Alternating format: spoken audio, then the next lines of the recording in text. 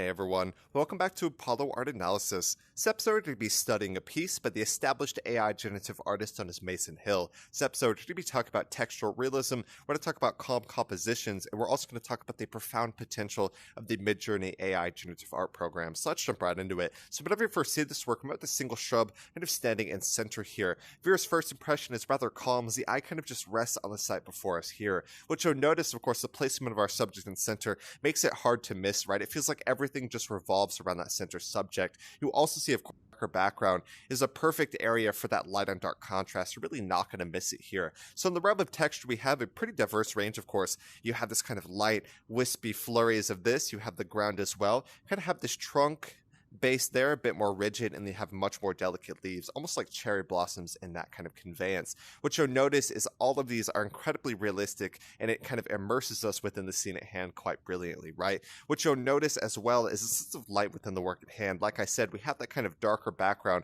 Of course, that emphasizes the scene in front here, but light, there's almost like a kind of spotlight in the center that focuses our attention, and of course, it's really the only thing that you're going to be looking at here. And so our subject appears to be kind of a bush or a tree or some kind standing in snowy solitude. It almost appears like cherry blossoms as well. You look at a little closer, they do seem like flowers in that way, although I don't want to kind of go 100% on that. What you'll also notice, of course, these flurries kind of going throughout the work at hand. These feel very kind of ethereal or dreamlike in that impression, but what you'll also notice, they give this sense of visual energy, right? It feels like we're standing just right here and it's kind of wisping or flowing by, right? It feels dreamlike as well in that impression, like I said. It is quite enticing, something like this is quite beautiful. It almost makes us want to go out and just stare at it for hours in a way, right? And beauty, when we look at beauty, we almost always look for a sense of harmony, a sense of balance, or a sense of order.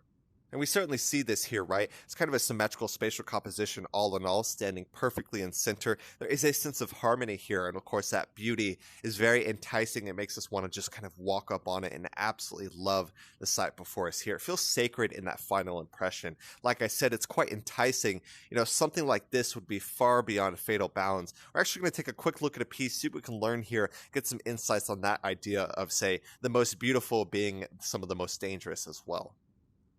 At times you may find some works that almost seem beyond our limits in a way. What I mean by that is you would only be able to see them if you go into dangerous territory. Imagine looking into a volcano. It would be absolutely beautiful, but it would be fatal as well. Or imagine being the Arctic, such as the two works before us here. The work on the right from Sinking, we surely see that. You would be in frigid water, certainly dangerous territory. And then the work on the left from Maisen Hill, you would kind of be in this barren, almost destitute land, but it's absolutely beautiful sight. So always remember to look at that. Some of the most beautiful sights may be far beyond fatal territory. That's always important to remember.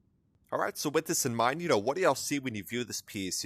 How do you feel when you view this piece, and what do you think the kind of symbolism or elements are playing in to create that? Really important questions when we're looking at this work. It's really no doubt that we're looking at a very natural scene, something such as this, if it kind of grows in that snowy, relentless Arctic. It is a miraculousness of nature itself, right? Life can be, a miracle in so many different ways, and for something like this to grow so far out there, it's incredibly enticing, right? But like I said, some of the most dangerous scenes can be some of the most beautiful as well. So always remember that in its final impression.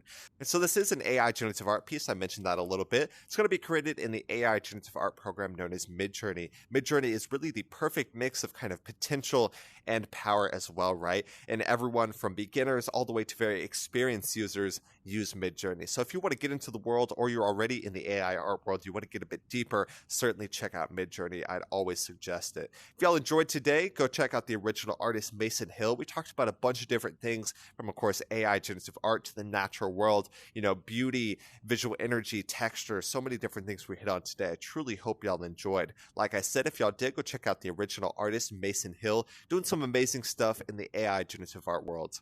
My name is Apollo. This was Apollo Art Analysis, and I'll see y'all on the next episode.